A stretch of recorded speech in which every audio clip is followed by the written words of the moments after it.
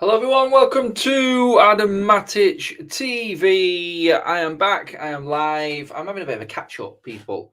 I just want to know where everyone's at. It seems like ages ago. I checked on my YouTube just to see exactly when the last time was I actually went live. Man, it felt like it was like months ago. It is ridiculous. Obviously, I am mental busy and I've got a lot going on. And I want to bring that into today's show, actually. I want to open up the questions. I want to open up the comment section, guys. Get your questions in. Let me know what you want to know, anything that I've seen, spoke about, anything you've seen me do. Do you want to get my opinion on that, how it's gone down, what we're reckoning? We're obviously going to be talking about United and everything that's up so far. I will be doing the live shows more frequently now. I'm going to start bringing all the guests back, everyone from before, bringing in the old crew, making time to make this happen. It may differ at different occasions because usually we go live on a Sunday, don't we? But obviously, when we do get back from international break, it is going to be pretty crazy because it's like 2 games a week. It's Sunday, Thursday, Europa League is back, and all the problems that bring, I would say logistically, but time-wise, it's just an absolute ball ache. And obviously, we cannot commit to Sundays every single week because we're playing here, there, and everywhere. And as you guys know, I'm out bringing you coverage on the match vlogs of every game as we go by. So let's get into it. I just want to say hello to everyone in the comment section. Lily United is in. Paul Clayton, good to see you, mate. Good to catch up on DMs the other day, mate. Hope you're well. Hope the family's good. Norwin, I can see you in the chat as well. Cheers for everyone. Get your comments in. Just say hello, guys. That's all that matters. We're just having a bit of a chat today. We're going to break down the actual season so far. Obviously, I want to talk about stuff that I've been up to. If you guys are wanting to know, get your comments in. Let me know if you've got any questions at all on anything. But yeah, general topic stuff. We may even have Owen popping in a bit later, maybe just after 6 o'clock. To join us in the chat. He's going to have his verdict. I've met up with Owen a few times this season already at away games. Leicester, I had him on the United stand talking there after that game. And the upturn in what's happening at the moment. Because when you talk to United fans at the moment, obviously, I talk to a lot. I do. Obviously, it's my job now. It's what I do consistently, week in, week out. And to be fair, when I was talking last season, I was talking United last season, and every single game, it wasn't a mood that I liked. Let's be honest, it was crap. United was shit, weren't we, last year? Last year, it was absolutely non-event, absolute depression mode. Football wasn't enjoyable, and we didn't see a way back. We didn't see a way out of it, did we? It was just continuous, shocking. I'm on my own channel. It was shit, wasn't it? It was shit football. Yeah, this is the no holds barred sort of Adam that you're getting right now. It's my own channel. I've not done much on this recently. I've not done much on my own channel, guys. But yeah, I'm just letting loose a little bit. I am on the United Stands forum later. We've got a great panel on United Stand there later at 7 o'clock. Mark, myself, Ricky, and Jordan on that. So big guns are hitting on the show later on. So do catch up with that. We'll have some more in-depth United stuff. But yeah, I've been busy on that. And like I said then, just before I went into that little bit, I came off subject a bit in terms of how the United fan base has been. Last season was what it was. Like I just said, absolute diabolical crap. Absolute crap. And this season, and I said, talking about possibly Owen coming on later and just telling us how he feels. Now, Owen lives and breathes Manchester United. If there ever was a gauge of how the United fan base is, it's my man Owen, because I spoke to him outside Leicester. We beat Leicester 1-0 earlier on this season. So outside the King Power, we had a catch-up. Owen came on, did a fan vlog on United Stand with me. And you could tell, with Owen last season, he just disappeared. Like, he was like most United fans. He's diehard. It runs through his veins. He loves an away day. He loves meeting up with his mates, the fans, going on the journeys, cheering the Reds on, giving it large, basically, giving it to the home fans or away fans, wherever we're playing. And you could just tell last season, it just wasn't there. It like lost his soul. It's like the soul of Manchester United drained out of the football club. And it happened with all the fans as well. So you look at it now and you say, what's happened this season? Ten Hag has come in. And everything that I've done, I've been to press conferences, I've been on tour with the team, I've spoken with players. I was only at the under-21s at Altrincham on Friday night. I managed to speak to Mark Dempsey, the under-21 manager. I got some good insight into that. I may talk about that on United Stand later. Spoke with Nathan Bishop as well, the under-21s goalkeeper. So I'm getting inside. I'm getting a bit more content. I'm getting a bit more information on what's going on. I'm figuring out how the club works and what's happening. Obviously, speaking and getting close to a lot more journalists and people who are at every single game, who speak to the players, who speak close one-on-one with the managers and stuff like that. And you know what? A lot of the journalists that we speak to, I think it's Tuesday. If you tune into the United Stand, it may not be out on Tuesday, but I'm interviewing Rob Dawson again from ESPN on Tuesday, so that'll be pre-recorded at Old Trafford, and obviously I will be letting you guys know. I'll post it out. I'll put the link out on my Instagram as to when that video drops. But it's like people within the journalist world have followed United a long time. A lot of them are fans. And they don't take pleasure in writing crap about United, but that's all they've been able to talk about. It's been that diabolical. It's been that poor that they've only had the rubbish to talk about. And there is an upturn. There is something more. They've actually been able to write about formations. They're actually been able to write about performances from certain players. And I said it, so many times. I've said it. I said, look, it's nice to get consistent 7s, 8s out of 10s. 6 and 7s out of 10s is good. It's nice to get that instead of having like 4s, 3s, and then one guy gets an 8 or 9, relying on individual players. That's what it was. And you know what? It feels like the vibe is better. And like I said, with Owen, you can feel it. You can feel the buzz. And the words that ring in my mind, what Owen said after that Leicester game was, I actually enjoy coming to watch United again. I enjoy coming to watch my team again. And that's what it's all about. That is what it's all about. I'm going to get into a bit of that as well. But guys, like I said, I can see you all joining in right now. I'm just going to bring up a few of your comments. Let's see, Alien there. I can't stand this Arsenal fans going on my nerves. Don't worry about them, mate. Don't worry about them. Yeah, they had an all right performance today, but they will drop back off again. Look, as soon as they came up against something that was a little different than what they played this season, i.e. a decent team in United. I can't believe I'm actually saying that. We are officially one of the top 6. We didn't even play this weekend and we're still in 5th. So that's not too bad for us. We're not really lost much ground. It's annoying that the top 3 have all played and edged away from us. I think that was unfair, and I didn't agree with the decision not to play United against Leeds, which would have been right now. I'd have been at Old Trafford right now, cheering on United's 3rd goal as we smashed Leeds 3-0. That's what would have been going on right now, and it's pissing me off that there's no football. And now we've got the international break. I mean, it's nothing more frustrating than an international break. An international break off the back of having 2 weeks off from the Premier League is even more frustrating because, like I've just said then, talking about Owen and talking about the fan base, the vibe is up. We want to see more games. We want to see United play. We're being deprived at the moment with everything going on. Obviously, there's more important things going on in the world, and we all know what's happening tomorrow with Queen Elizabeth II's funeral and everything like that, and that takes priority. But, I mean, come on. Surely there's enough police in the world to actually manage these football matches and actually get everyone gone. Because, do you know what? Right now, you look at it and you go back to when the first game was cancelled against Crystal Palace.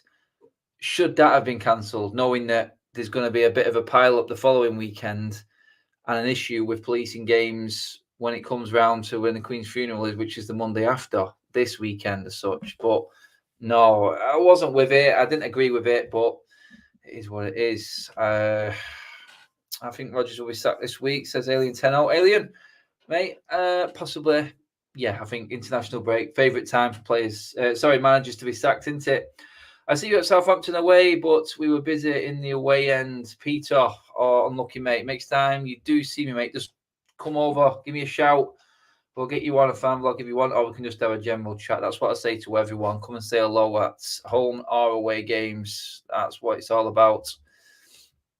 James, I've not spoken to you for a while, mate. How are you doing? I hope you're good. I hope you're well. You're doing a great job on United Stand. Well done, lad. Cheers for that, James, mate. I do appreciate all the support that I've been getting. Legend and absolute top man. Thank you very much. I'm still a member. If you did want to be a member of Adam Matic TV, like I said, I am mixing it up now. I've got a lot going on. And guys, actually, I'm just going to bring up what it is. So if you did want to be a member, just go and press the join button, which is on the main page of my channel. So if you flick onto the front page of my channel, next to the subscribe button is a join button.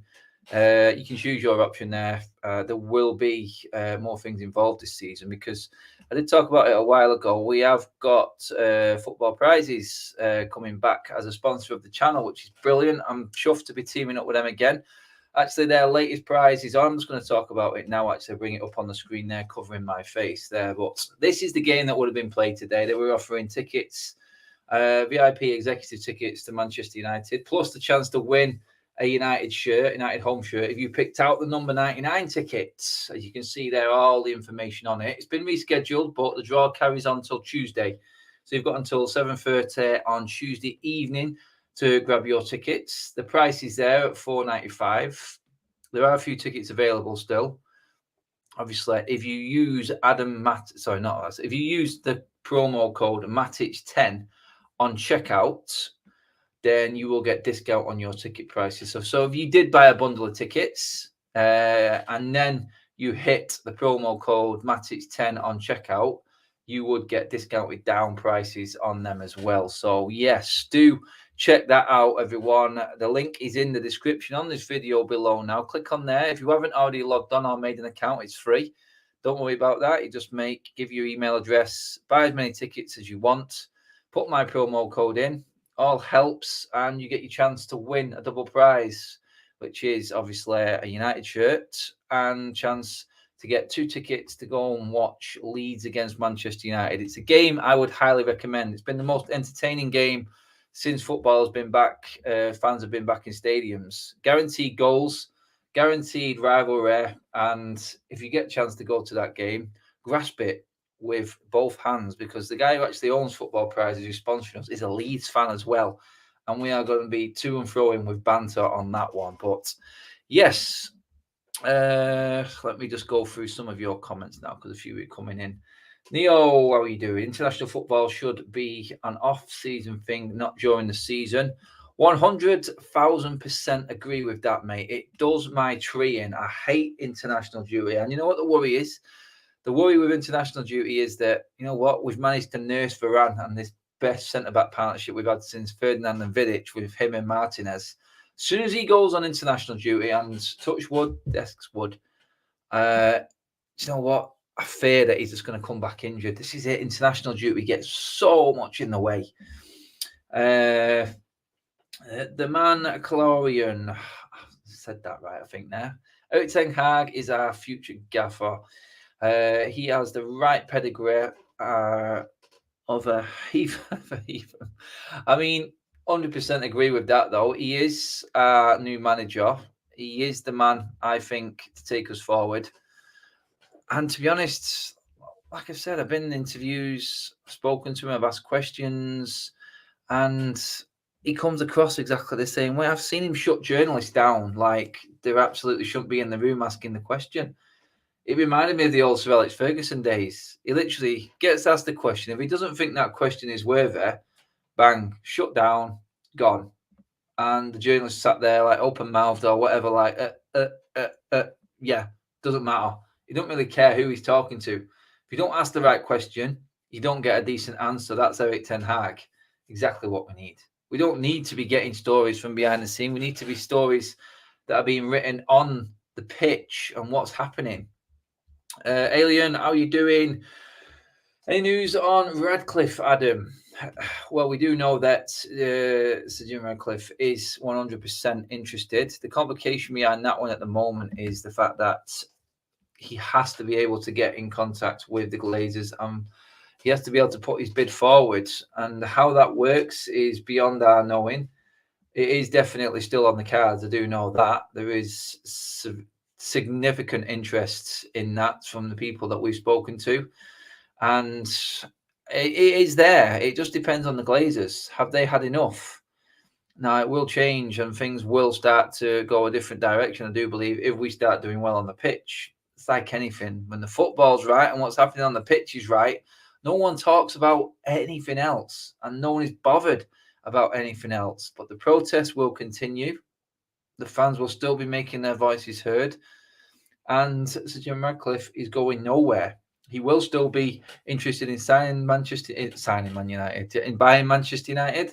He is there ready. It just depends how that is structured and how it works. And that's out of our knowledge, I'm afraid. It's something we don't know enough about. But if we do find more information, we will bring it to you on United Stand, and we will make sure that everyone knows about it. We are pushing everything towards the Glazer out movement as much as we possibly can. And to be fair, I think most of the fans have made their voices heard so far this season, and it has gone peacefully. The process have been in good heart. It has been really well received by a lot. It's been well covered by the media, which is even better, to be honest. Let's see. When is our rearranged game with Leeds? I've been told that is going to be in January, Paul, mate. Both Crystal Palace and Leeds, the two games that have been cancelled, are being moved to January. It's the only clear sort of spot that we've got. It's not clear as such. What is happening is we are seeing, obviously, the Europa League coming back in February. So double game week all the way through. No chance of fitting the games in then. The FA Cup is what's going to be is one that's going to be affected. So there's already talks going on with the FA and the Premier League regarding this, and it is that there's going to be no third round replays. Now, obviously, for smaller clubs, that's going to be a bit of a problem. It's not really fair on them. A lot of them do rely on that revenue and possible replays with big clubs and the shared revenues from the FA Cup games that brings. It's not good for them, but let's be honest, there's no other way Manchester United are going to get these games in. It will be in January. There is midweek FA Cup games supposedly in January, but the one thing that there isn't is the midweek Europa League games. The Europa League finishes in November, ready for the World Cup to start. Everything done and dusted. The knockout stages start again then in February. So United have a 5-week window, I think it is, Paul, where they get a chance to probably squeeze these two games in midweek. Not ideal, pretty crazy, which was why I was upset about about Manchester United's games being cancelled and other teams' games not being cancelled. We're already in a disadvantage now because we got to squeeze them games in at the nitty-gritty stage of the season where they've already played them. It is completely unfair how some teams can be played and some can't be played. It was ridiculous. And that's where it's going to be squeezed in, mate, in January. Glazers out always. How you doing, Mick? Cheers for tuning in as always, mate. Long-term subscriber. Pretty much everyone who's in the chat right now is a long-term subscriber. Roger Page, hello to you as well, my man. Let's see, we've got, and don't forget, guys, I want to get your questions in. Let's see, this one here from Mushy Season. Says, Adam, the biggest difference for you since Erik Ten Hag came in, and thanks for all the hard work from Ireland. My pleasure, mate. Biggest difference since Ten Hag has come in? Discipline. That is the main thing, discipline. He seems to have control of the players. He seems to have that fear factor. And I think that's shown in the fact that, you know what, it doesn't matter who you are. It doesn't matter what presence you are at the football club, what price tag you are, what name you are, what wage you're on, how many games you've played, how long you've been at the club, how big you are with the fans. Does not matter. Commercially, if you bring a lot to the club, it doesn't matter. We've seen the big decisions. It went wrong. And the biggest difference is we had a horrible start. Obviously, 2 games in, 2 defeats, 6 goals conceded. It was like the worst start I've ever seen, and we're all fearing the worst. But what he did do from them, he learned instantly and changed it up straight away. That was with Ronaldo coming out, Harry Maguire coming out, Luke Shaw coming out. And lo and behold, he kept the same team which won against Liverpool, and we've won 4 games in a row. Rewarding players for good performances is something that no manager since Sir Alex Ferguson has done at Manchester United. That's been our biggest problem. And Ten Hag has changed all that. He's brought the right people in terms of his coaching staff. He's brought the right players in to Manchester United, which suits his system, which is another big thing, because he was up against it, wasn't he? he was up against it, trying to implement this and trying to change so many players' mentalities and how players are. The ones that were staying at the club, we knew weren't up to it, but he's made players better, and that's the biggest thing. Scott McTominay, Diogo Dalot, players that I can honestly say I was concerned about, massively concerned about, but they've done it, haven't they? They've turned it around and they're playing well. Whether that can continue, that's another story, another topic we'll talk about then. But right now, all we've got to say is, look, it's working. Everything's going okay. We had the disappointment of the Sociedad game at home, but I didn't take too much. I wasn't too disheartened by that game. I'll be honest. I didn't think it was as bad as what people were saying. Yeah, we just underperformed in the front line and we got done by a dodgy penalty decision. But to be fair, we came back against Sheriff, which wasn't an easy game. They will be a problem for everyone else in the group. We went away there, we got the result done. It was good to finish this part of the season because obviously international duty is coming next and we've got our cancelled game. So it was good to finish with a win. Like I said, it was just disappointing we weren't able to carry on from there and actually go forward and play a game this weekend, because I do believe we would have beat Leeds this weekend. And then we're going into the season, into the international break, 5 wins in a row, comfortably in position in the Europa League. The vibe is good. It's still good now, but it could have been more, is what I'm saying. It could have been more. Let's just see what else we've got in the comments. Neo, this is unfair and gives the likes of Arsenal an advantage. The Premier League has to be rigged in terms of the cancellations. Pretty much what I was saying. I wouldn't say as much as going down the rigged road, but unfair, definitely unfair, mate. Definitely unfair. Alien, you settled in offices in Trafford House now, mate? Not yet, mate. Almost there. Almost there, mate. It will be a lot easier to make decent content right outside Old Trafford. That will be nice. Delovaran, Martinez, Malacia. That is our back four, mates. Lily's, that is definitely the back four. That's the one I'm going with. I've been impressed more with that back four than I have any other area of the pitch so far this season. I don't know what you guys think on that one. Adam, do you think YouTube channels are now more respected amongst your fellow journalists? I felt a few years ago the likes of us, likes of US, were dismissed by mainstream media, but in 2022, you are here to stay. It has changed, mate. It's a great question, Satinja. It's a really good question because they didn't know how it worked. They didn't know how YouTube worked, and obviously spending a lot of time this summer with a lot of mainstream media journalists, building up some decent relationships with a lot of people within the media and the mainstream media, like the high rollers, the big players, having conversations, and not just the interviews that I did on United Stand. It wasn't just them people. We spoke to everyone. Some are willing to come out and talk and do shows. Like I said, I'm speaking with Rob Dawson on United Stand this week. That video will be out. So we'll have that as well. I think Melissa is doing another interview with Beth as well on United Stand. That's coming out as well. We've got loads of content, but it wasn't just that. It's not the stuff that you see. It's not only that. It's the stuff that they talk about behind the scenes. You learn a lot of how things, and what, in terms of your question there, mate, was it's like they didn't know how it worked.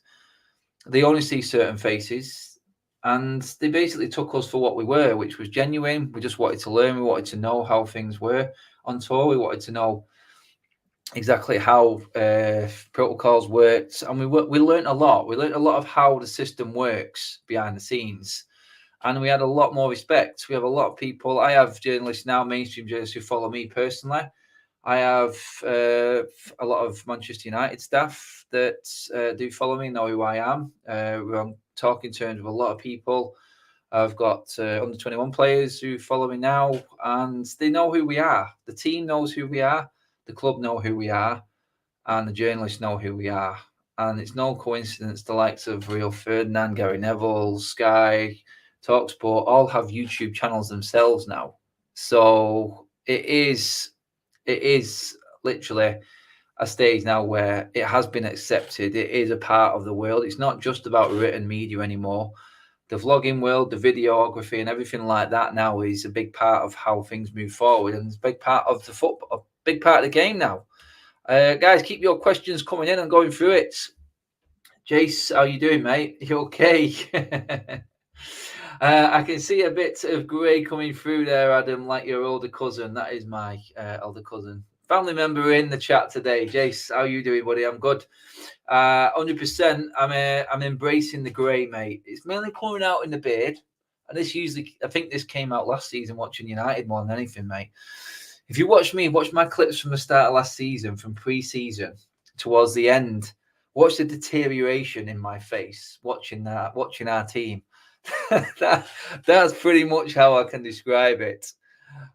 Mushy Season says, Adam, can you talk about the booing in pre-season? Yes, I did an interview on Sky, which pretty much put me out there for Sky and why they've had me on doing work again. That interview went down really well, actually. We was talking about how Maguire was booed, I think, in Melbourne it was, at the MCG. Sky interviewed me after the game. I said how I thought it was. I said everyone's got a right to boo. I don't agree in booing. I'm not one for that. I'll say my piece outside the ground. I'll get behind the team 100% while we're in the stadium and then talk about it outside. That's how I work. But that's not.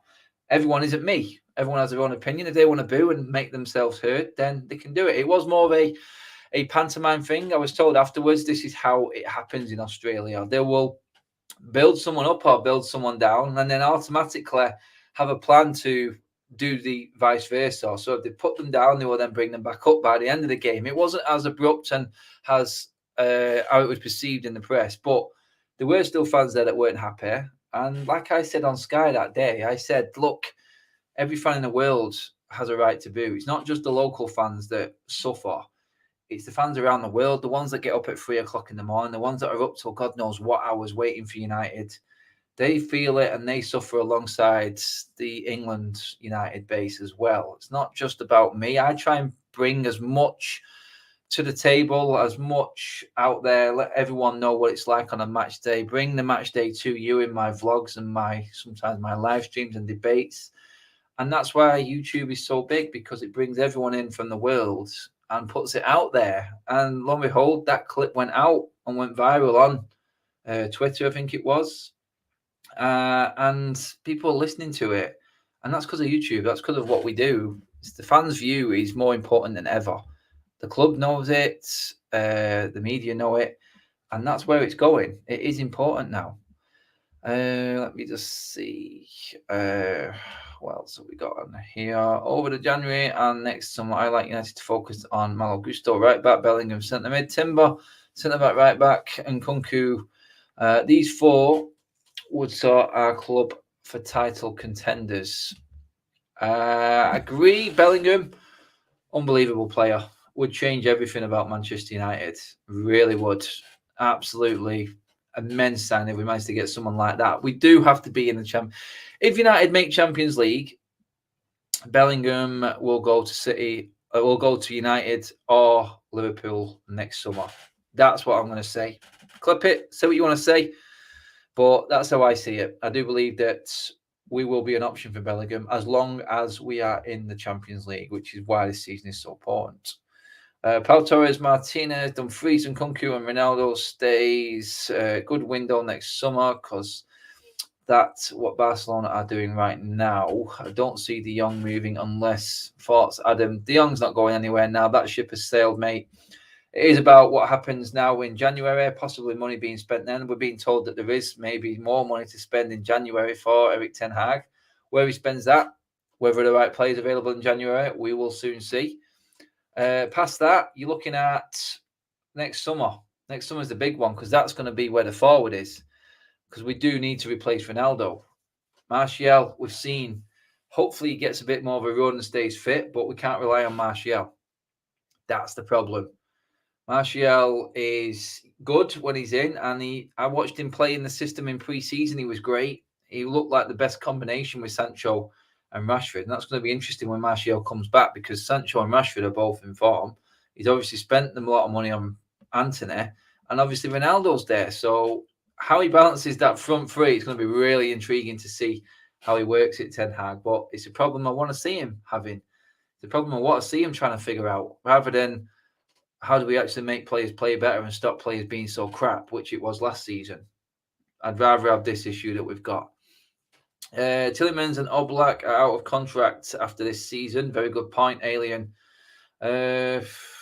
You dressed up as Tom Heaton, says Mushet. I didn't. I just looked like him, apparently. I disagree, but Tom knows, the club knows, and it's a bit of an ongoing joke, to be honest. But hey, look, I've been told I look like Matic. I've been told I look like. I've been told I look like bloody. What's the name? Michael Carrick. Guys, actually, just bear with me a second. I made an error. I've not plugged my laptop in. 1 second before I go absolutely blank.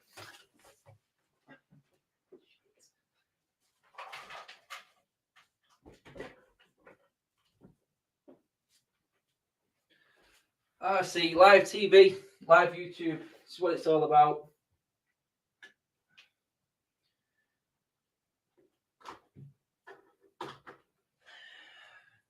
You don't get this on any other mainstream broadcaster, do you?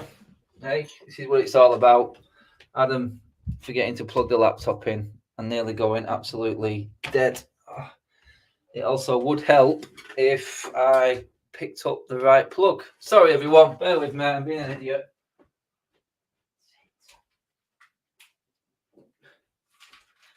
Try again.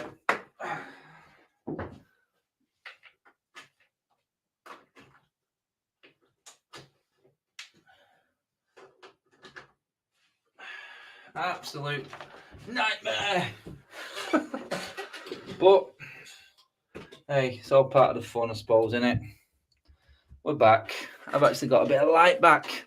How dare you actually leave my live stream just because I left the screen? You horrible people. Anyway, I'm back. Jesus. Oh, it wouldn't have been fun if I actually went dead, though, would it? Right. Let's see what else we got. I'm doing workout. Yeah, I think I've just done about another 50 steps then, just plugging the laptop back in. It's all fun and games, isn't it? Let's see. We need to go all out for Bellingham and make sure we get top 4. 100% agree, Paul. I'd love Bellingham at Manchester United. Paul, you're dead right, mate. Adam, in your opinion, which of the new signings have made the biggest impact? Oh, there's a good question. I've been shouting out. So I'm going to break it down. Impact. So, yeah, so let's go with impact then, because impact on the actual team, there is a few, obviously. I would say value. You're looking at, let's see, Flawless, how you doing, mate? Good to see you in the chat, mate. Flawless will be back on this channel, I'm telling you, when I get things organised, which I am doing, people. If you weren't here at the start of the show, I'm going to bring more out. Obviously, I am going to be doing more giveaways and stuff like that. Just trying to schedule everything at the moment. It's been a nightmare, but time is coming. We are going to be back, and we're going to bring some of the old guard back on as well and get some real debates going on. Back to the question. Who has had the most impact of United's new signings?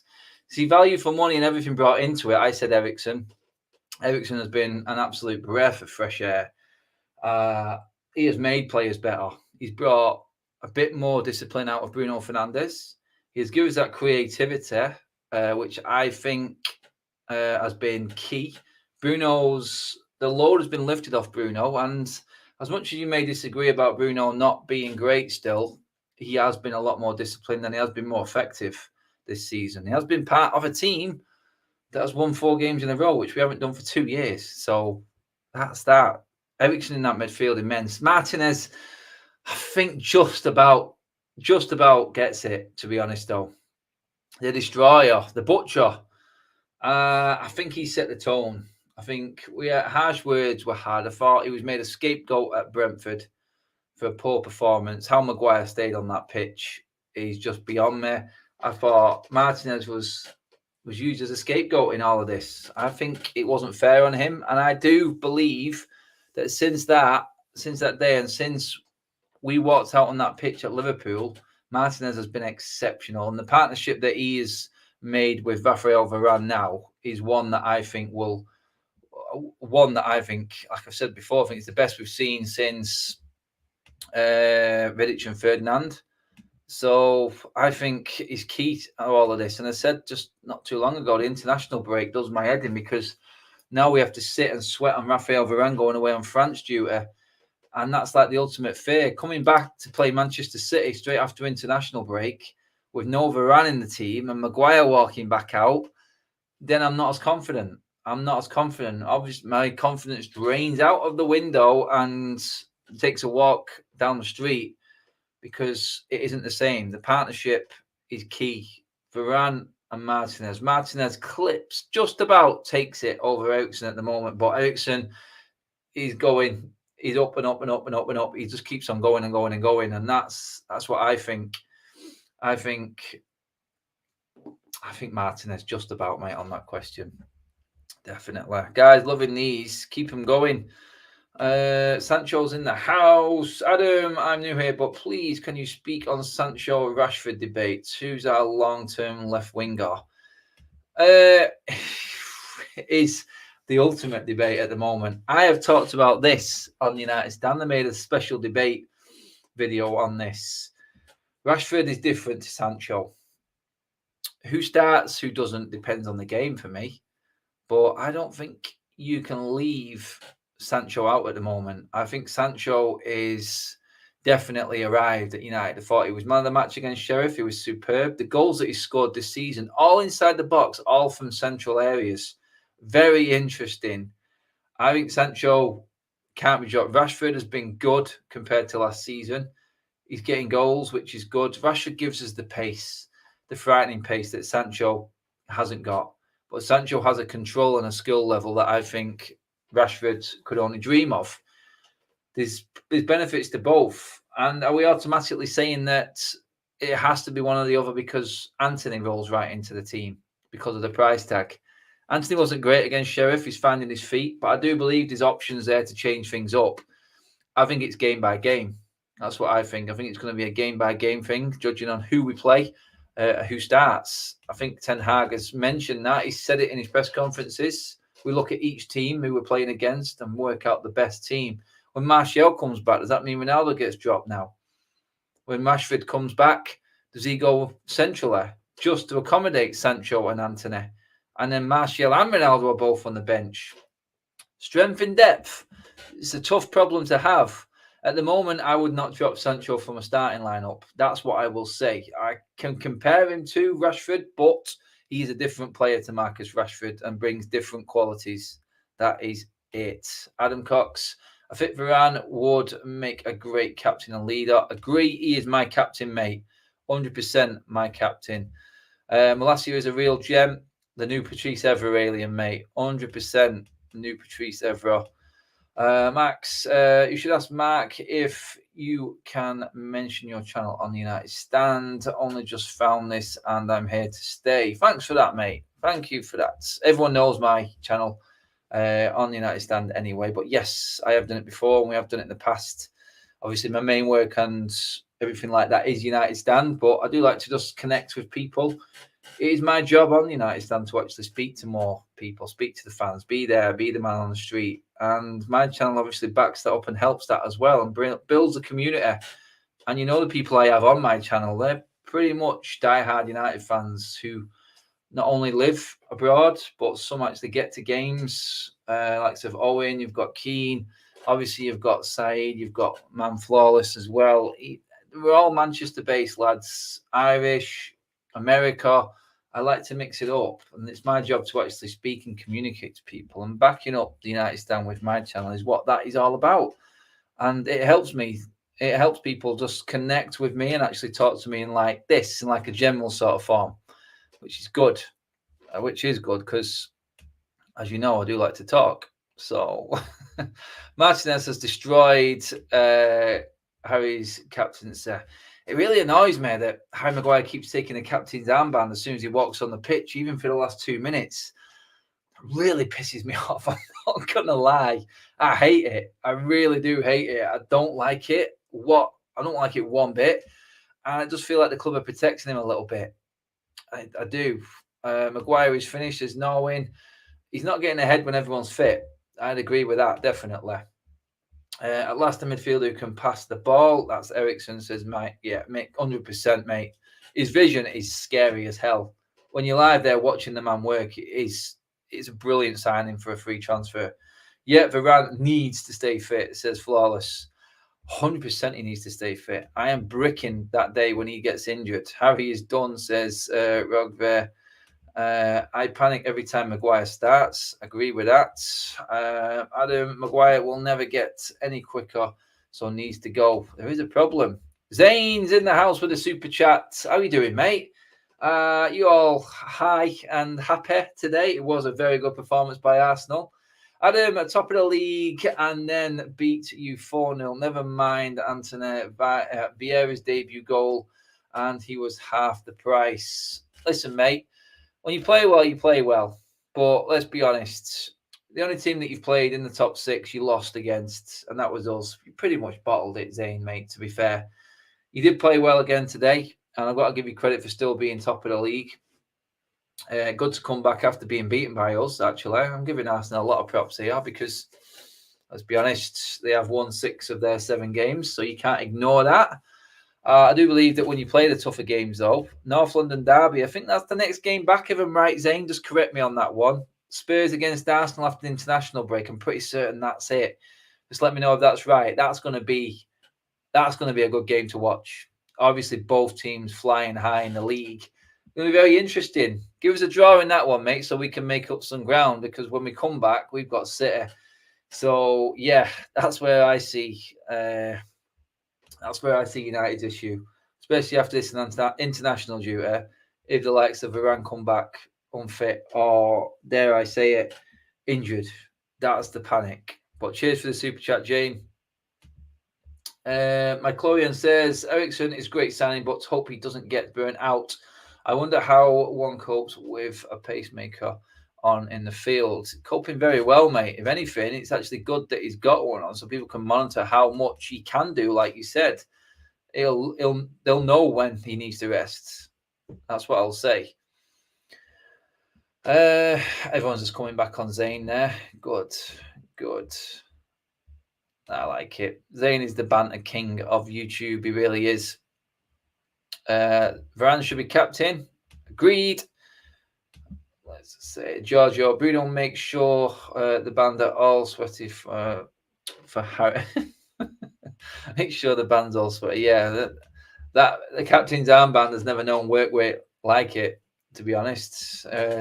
Going from Harry Maguire to Bruno Fernandes, doesn't know what day it is. That's all we'll say. Has Varane been to the Trafford Centre yet? Says Sadinger. I've no idea, mate. Can Alanga step up? Says Mushy.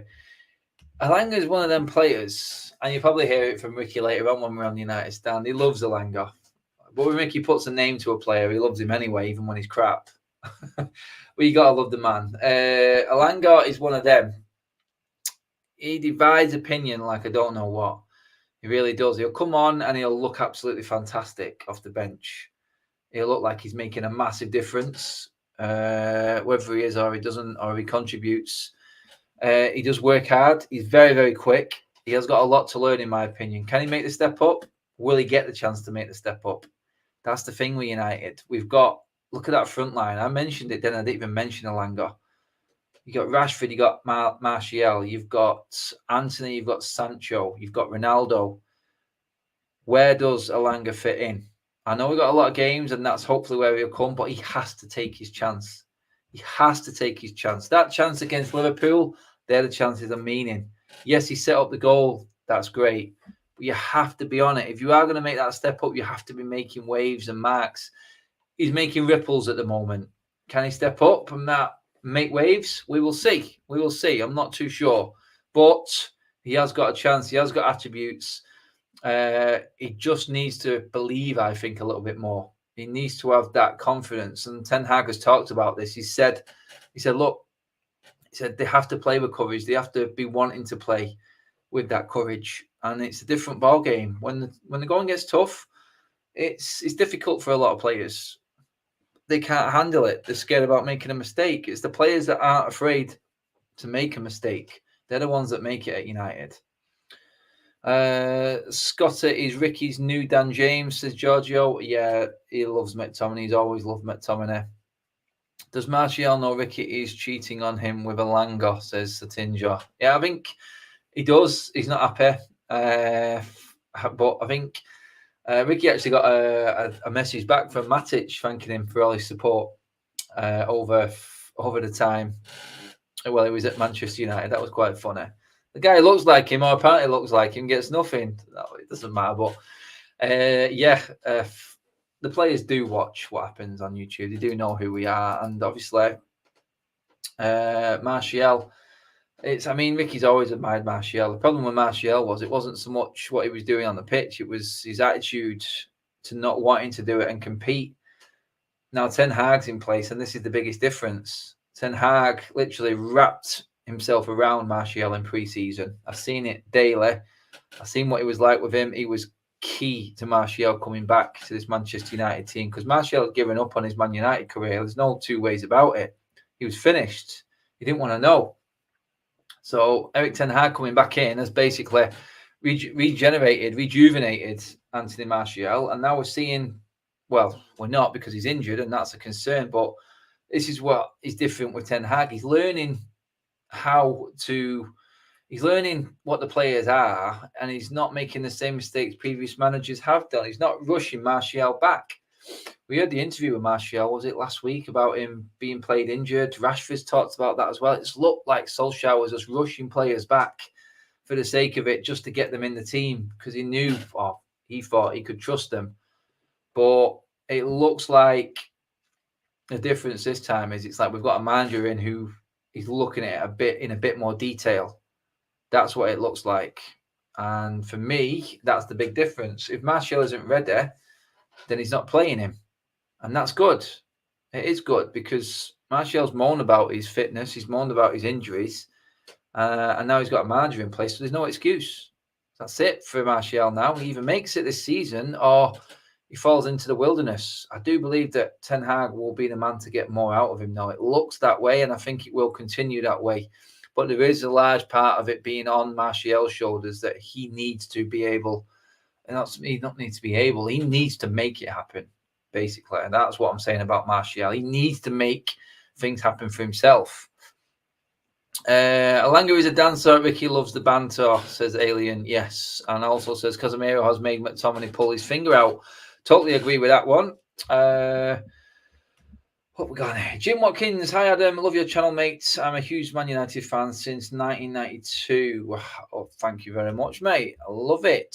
92. Well, you would have seen the best of everything then, 92. That was the first title, the first Premier League winners, 92, 93. I remember the season like it was yesterday. Pretty much every single game. I remember Dion Dublin scoring at the Dell. I remember everything in that season. It was one of my favourite shirts, the black and blue away shirt. Always reminds me of that opening day at Bramall Lane, though, when Brian Deane scored the first Premier League goal. That was it, mate. That was the season. My God, that was crazy. Peter Murren says, hi, hello, mate. And you're welcome, Jim, as well, in the comment. Thanks for that. We bet Sheriff Fair Play. Do you mean beat? Says Peter. I'm from Ireland. Good for you, mate. Thanks for watching. Thanks for tuning in. Any more questions, guys? Get them in. But yeah, I'm looking at that now as like, so far, if you would have said, okay, come start of the season, things weren't going well, transfers weren't being made. It didn't look like we were getting anywhere. We'd had the poor start against Brighton and Brentford. Then you look at what was going on. We were getting linked with Rabiot, with Arnautovic, and then bang. 9 days off after the Brentford game, Ten Hag gets the players in. Ten Hag gets something out of them against Liverpool. We get a performance. We get blood, guts, and thunder. Could we carry it on? We then went out and ground out the victory against Southampton and against Leicester and followed it up with a brilliant performance against Arsenal. So you got to look at that and you got to go, well, yeah, if you'd have offered me, sat in 5th place, 12 points, 4 wins in a row, not far off the leaders, obviously a game in hand on the leaders. We spent 215 million. We bought in a CDM that we've been crying out for 10 years, the best in class. We've got a new centre-back partnership. We've got a new left-back. The defence looks completely rechanged. Bruno's playing better. Eriksen's coming and changed things up. We've gone out and got a man who can entertain us on the wing in Antony. If you said to me, look, after that Brentford game, and I was calling us out as relegation fodder that day, if you said to me we'd be in this position right now, I'd have not ripped you out, I would have ripped your arm off that hard. I would have pulled your chest out and your shoulder with it, because that's how crap it was. Ten Hag changed everything. He changed everything at his football club. Going back and working with the players, putting the yards in, putting the miles in on the training ground with them, building that bond with the players, letting the players know that they weren't going to get away with anything. They weren't going to get away with it like they used to.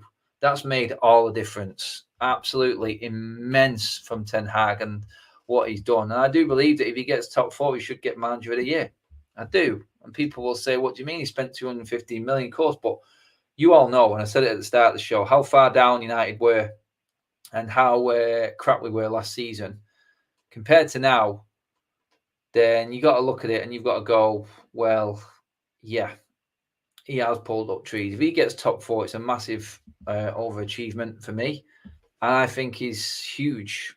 I think absolutely enormous achievement for Ten Hag.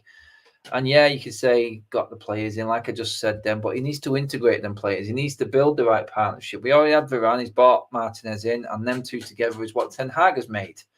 He's brought Malacia in over England's golden boy, Luke Shaw. And now Luke Shaw's looking slim, looking mean, and looking like he's ready to go and fight for his position. All because Ten Hag dropped him because he underperformed. It's like, son, not good enough. Go away, have a think about things. Try and get yourself head straight. Try and get yourself fit again, because you weren't fit. I'm not going to play you until you're ready to play. That's Ten Hag ball. And last year's come in and been an absolute beast. Now Luke Shaw's second fiddle. So look at it that way. That's what Ten Hag has done. And that's why I think he will, if he does get top 4, he should get manager of the season. People laughing at me, I know they are, but I know what I was watching last season. I know how bad this team was. And for Ten Hag to turn it around is a completely different ball game altogether. Absolutely immense. And I do think that it is starting to rub off. It's starting to filter down into players. It's like, first team, yes, it's not changed for 4 games and we've won every game. Now the players on the peripheral coming on off the bench and playing exactly the same way. It's in their heads. That then goes down to the under-21s team, knowing that, oh my God, actually, if I play well, I'll take my chance. I could be a part of this team. So their level then goes up. You look at the likes of Charlie Savage, Zidane Iqbal, Hannibal, players like that. Now Hannibal's gone out on loan, but he knows now Ten Hag is here for the future. If he goes and has a great season at Birmingham, then he could be the next Jude Bellingham. He could be that player that comes in to Manchester United next season. That's what the difference is. And that is where I think we will see loan players go out and perform where we haven't before. I think we'll see players coming off the bench and giving even more than the players that were on the pitch. And that's saying something. Like we said, Casemiro coming in, like Alien says, give Scott McTominay the ultimate kick up the arse. And now we've seen consistency from Scott McTominay. Whether or not he keeps his place, because Scott McTominay is 1 yellow card away from being suspended. So if that happens, and you can probably see it in the derby, to be honest, if Scott plays, there's a yellow card there. Casemiro walks in. If Casemiro then performs, this is when we'll see if Ten Hag sticks to his guns. Because he's come in, Scott McTominay suspended, that's his own fault. Whether the manager looks at it and goes, he's taking him for the team. When he does come back, he comes straight back into the team. I don't know, but we got to look at it and go, if Scott McTominay gets suspended, then Casemiro comes in and plays well. What you got to look at is, right, 10, this is it now. It's like you've got the multiple Champions League, La Liga winner in Casemiro, and you've got Scott McTominay. Casemiro's just played an absolute stormer. I think it's Newcastle we play after City at home. I think it is anyway. If he plays well in that game, does Ten Hag stick to his guns? These are the challenges that are coming. And these are the challenges that Ten Hag has to balance. And whether or not we can keep the consistency there, whether it's sustainable how he's working it at the moment, only time will tell. It's good to see at the moment, but it is early days still. Cautious optimism, as always with United. That's the way it's always been. So, yeah, I do believe that there's more to come. I do believe that there's bigger challenges to come this season with Ten Hag, but you got to look at it and you've got to go, at least we're talking about football matters. At least we're talking about positive problems. It's not like it was last season. That's what you got to look at. That's what you got to look at. Perform or you're dropped. Exactly that, Mick. Cheers for that, Paddy, as well, mate. Thanks, Adam, for your good content. Thank you. Big shout out to everyone, actually, who has supported me over the summer and into the start of this season. I'm going to be live a lot more on my own channel as well. Whether it'll be here, I may just do it on location, just to mix it up a little bit, just to change things around. Obviously, follow me on United Stand. I'm constant on there. I've got loads of content coming up very, very shortly. This week's going to be busy with different content. I was at the under-21s on Friday. I was at the women's football, absolutely superb Man United's women's team. I was there yesterday as well. Only if United were playing today, I would have gone Thursday, Friday, Saturday, Sunday, Manchester United. That would have been a rarity. But yeah, I've had my football fix. The under-21s were unlucky. Like I said, guys, it was all inside information. I'll probably talk about it more on United Stand later. So do tune in that show at 7 o'clock as well. But like what we're doing, we're getting inside, we're getting to know a lot more about the club, the infrastructure and things like that. And that's what's important to the channel. That's what we want to do on United Stand. And I will spin my channel off alongside that and bring you a bit more inside info, more of a personal sort of connection, which is what I want to turn it into. But I am bringing all your favourite guests back on. Man Flawless, who is in there. We've got Said, we've got Keane, we've got Owen, we've got Dave, we've got Doug. Everyone is going to be coming back on very soon. Jamie as well. Everyone's going to be there. Cheers for that, mate. Well done, mate, for bringing us all the United fix. Always. That's what it'll be. Adam Cuz, I'm a fan since the 85 Cup final. I'm impressed on your knowledge of early years in Premier League. My question is, who was the first to score against Schmeichel? Oh, that is a question and a half, because Schmeichel came in before the Premier League, mate. So, no, I haven't got that one to my knowledge right now. But I do remember the short kit that Schmeichel was wearing. But here's one for you, actually, Jason, mate. One of my favourite memories of Peter Schmeichel was the spider save at Goodison Park. I know you'll know what I mean by that, but I was blown away by that. That was absolutely brilliant. But yeah, you're going right back there, mate. I'm trying to remember Schmeichel. God, first person to score against him. Nah, that one's going too much to know. Too much. But guys, we're pretty much near the end of the show. Just quickly, I want to say a shout out again to the sponsors. And guys, do check it out. In the description below is your link to enter the prize to go executive style to United against Leeds when it is rescheduled. That is probably, like I said, going to be in January, guys. This draw finishes on Tuesday night. Grab your tickets now. Go to checkout. At checkout, put in the promo code MATIC10 and you will get discount on that. If you do get the ticket 99, like it says there on the screen, you will also win a Manchester United home shirt. Everything is authenticated. Everything is genuine that happens with the sponsors' football prizes. They are sponsoring the channel this season. We've got loads to come. And obviously, guys, I want you to be involved. I want someone on this channel to actually be winning these prizes. Come the end of every month, any sort of revenue from the channel will be going towards one of these prizes, as always, like I've done before. And hopefully we can get plenty more winners and you guys can actually come on and show your prizes on the channel on the live stream as well at some point, hopefully. But guys, that is it for now. Cheers for everybody for tuning in. Your questions, your comments have been brilliant.